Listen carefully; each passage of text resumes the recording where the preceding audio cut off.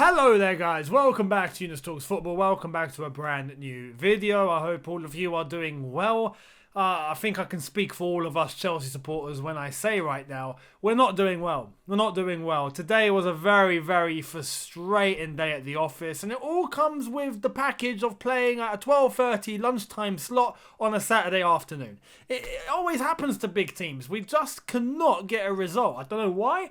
It is what it is, but I'm not going to blame it on that. I'm not going to blame it on that. There is one fundamental issue within this Chelsea team that needs resolving ASAP.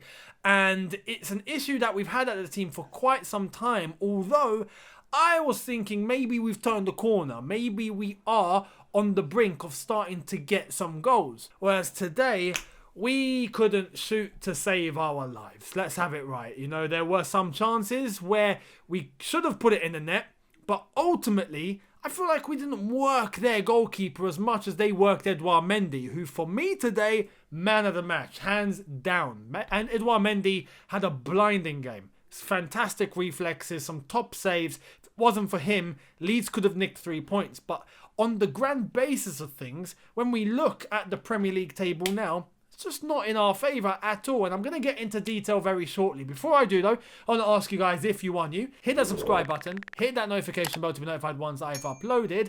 Let's get into the nitty gritty, and by that I mean let's start off with the starting 11 and what lineup Thomas Tuchel went with, because there was a shock in the starting 11. Here it is. We started off with a back four. Yes, a back four, not a back three. Edouard Mendy in goal. Azpilicueta as right back, not right wing back. Christensen and Rudiger as the two centre backs. Ben Chilwell as our left back. Kante and Jorginho as the two midfielders in the pivot, which I rightly predicted yesterday in my preview. Mason Mount just ahead of them. Ziyech on the right hand side, Pulisic on the left hand side, and Kai Havertz up top as the false nine. Later on this shifted, but that is how we started the game, and I have to say the first 15 minutes we were under so much pressure, it was ridiculous. You know, Heart Attack FC and all of that, I understand it comes with the package of being a Chelsea fan, and it was like the last 15 minutes where again it comes as the package of being a Chelsea fan. Chelsea fans are put through this situation where, you know, it gets very nervy, it gets very squeaky bum time kind of atmosphere around any Chelsea supporter watching Chelsea Football Club play, and it's just not a healthy thing to do. However, we do it because we love it, and it is what it is. But the first 15 minutes, Leeds had us ragged all over the place, and you knew that was kind of going to happen because Leeds have this intensity about them. They have this tempo and this speed to their game that they try to keep up for 90 minutes, which is very difficult to do. Hence why when we moved into the second half, you could see the tempo had begun to dip a little bit for Leeds United. We started to take more of the control of the game. However, we done nothing with it. And this is the problem, we done nothing with it. Now, some are going to criticise Thomas Tuchel for going to a back four in the first place. I thought it was a bold move. I saw it and I thought, hang on, is this a back four? When the game started, you could see it was a back four. And I can understand why he's done that. Especially whilst he knows that Leeds aren't going to sit back. Leeds are not a team that's just going to defend. That's not Leeds United. They are brave footballers. They are under a manager that tells them to express themselves, and, you know, not in a way of just express yourselves. They express themselves with instruction. And you could see some of the combinations that they were playing with some of the passing that they were making. They were creating good moves and good chances for themselves today against us. And we knew that was going to be the case. We knew. But there's always a thing in the back of our minds that maybe they're just not as clinical as they want to be, which is kind of like us. However, on top of that, defensively, they're a bit all over the place. But today, I have to say, maybe not down to their back line, but their midfield was on point. Leeds United's midfield today, they packed it with loads of white shirts, loads of bodies, didn't really allow us to play. But in the moments that we did, and in the moments that we managed to get through, same problem. We done nothing with it. We're not doing anything with our chances. You know, you look at the attempts today. Leeds had quite a few attempts. I think it was 7 or 8 attempts, and only 4 of them were on target. Whereas with us, we had like 13 or 14 attempts, and about 7 or 8 of them were on target. So we've had pretty much double of what they've had. But how many times did we work their goalkeeper properly? I can only remember the Kai Havertz chance where he really should have buried that. I mean, my goodness, he had the entire goal in front of him. I'm thinking he's gonna place this. He's gonna put his bottom corner. It's gonna be 1-0, and he just hits it. straight at the goalkeeper. And that was the recurring theme. And this is where I think we're going to get a little branch of the main problem. The main problem is us taking our chances, us shooting. If we take a branch off of that and create a specific issue that we need to discuss, the one issue is we can't aim for anything. Honestly, when we're taking shots, they're always going straight to the goalkeeper. We don't work keepers. When we take shots, which we have been doing, and today you could see that we were taking some shots, but they weren't threatening at all. Every time we decided to go for a dig, it's always at the keeper. It's like we've got no precision. We've got no accuracy. We don't know how to put a ball to the left-hand side of the goal or the right-hand side of the goal, or go low to the bottom corner, or go and try and put it in the top corner. Well, we don't do that. We just hit it for the sake of hitting it, and then it always, 9 times out of 10, just goes straight to the goalkeeper. We really need to get rid of that problem. That is a problem that is going to come back to haunt us, because now we're in a bit of a situation, if you haven't realised, we needed to win today. And this is where I said in the preview, 3 points are crucial. We needed to win. It's going to be a hard game. We knew that was going to be the case. And I thought the circumstances of the game were going to work in our favour.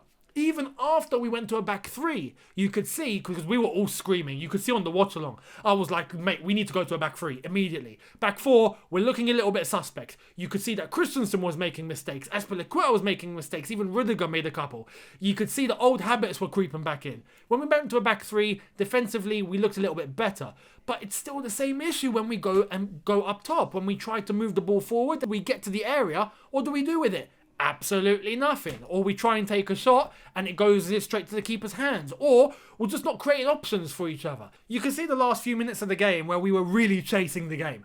And the last second, I think it was, the last minute of the game, where I think it was Hudson-Odoi on the ball, and you could see he was coming inside, he was coming to the edge of the area, and there was space for someone to run into, come off their marker, leave their defender behind, come into the space and have a dig. No, everyone's just like ball watching, just waiting.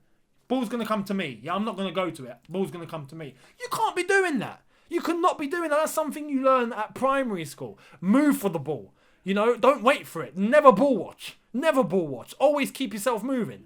I don't get it. It's baffling. Another problem is when it comes to our midfield and where we need to be having a bit of creativity, regardless if it's Ziyech, if it's Mason Mount, if it's Pulisic, and if it's even Kai Havertz. But Kai Havertz was playing a lot more forward today, so I'm not really going to include him in this one because he was the one that was trying to make the runs.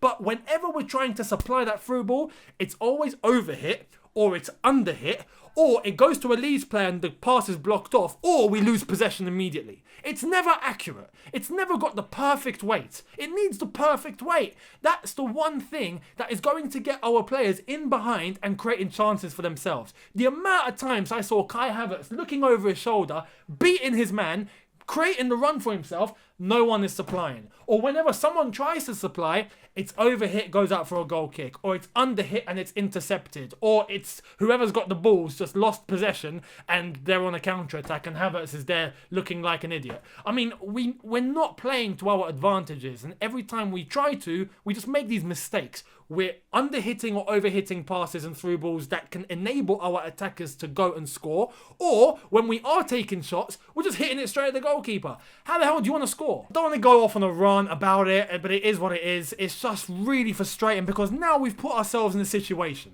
In the Premier League table, let's have a look at how it stands now. It's not looking good at all. It's not looking good. So we've got Leicester City in third, 28 games, 53 points. Chelsea having played 29 games now with 51 points. Now bear that in mind because behind us we've got West Ham with 2 games in hand now. Albeit tomorrow they have to play against Manchester United, and now, I mean, we might have to support Man United. I never thought I'd say that. But West Ham, 27 games, 48 points. Everton just behind them, 27 games, 2 games in hand, 46 points. And Tottenham behind them, 27 games, 2 games in hand, 45 points. Tottenham obviously playing against Arsenal, Everton playing against Burnley. So go on the Burnley. I hope somehow Burnley get a result, but don't hold your breath. It's not looking good because now all of those 3 teams can catch ground, and 2 of them have the potential to go above us, having 1 more game in hand. So imagine that. If they both win their games, they go above us. Tottenham can catch us. I mean, we've put ourselves in a bit of a sticky situation now. We cannot be dropping any more points. That is it. That is it. And now, to set us up going into Wednesday, it's not exactly the perfect circumstance that we want to be going into a game against Atletico Madrid. I mean, oh my goodness. The one game where we need to perform. We need to perform defensively and offensively. It needs to be perfect in order to knock Atletico out. We've put ourselves in this little bit of a situation. Now, mentally, we're going to have to move on from this and start over on the training ground and just look forward to Wednesday. But in terms of what this means going forward, we've put ourselves in a little bit of a corner here. Our backs are against the wall. There is still time. There is still a chance to rectify the situation, but we're now looking over our shoulder when we didn't need to, we didn't want to. So no more screwing about now. No more messing about. No more dropping points. We have to start winning games consistently now. No option. Let me know what you think in the comment section below. I'd love to hear your opinions on today. What did you think overall? If I'm going to say man of the match, despite Roberts getting man of the match for the game, which for me he deserved, he was absolutely brilliant today for Leeds United. Done all sorts. Fantastic skill, fantastic cutting in, shooting, being a big threat, good physical presence, good speed to his game. He was electric. So fair play to Roberts for getting man of the match. But for us, Edouard Mendy, hands down. He was the one that saved our skin. He was the one that was there to save us. And he done everything perfectly, unlike everyone else on the pitch today, who at least wasn't at 100%.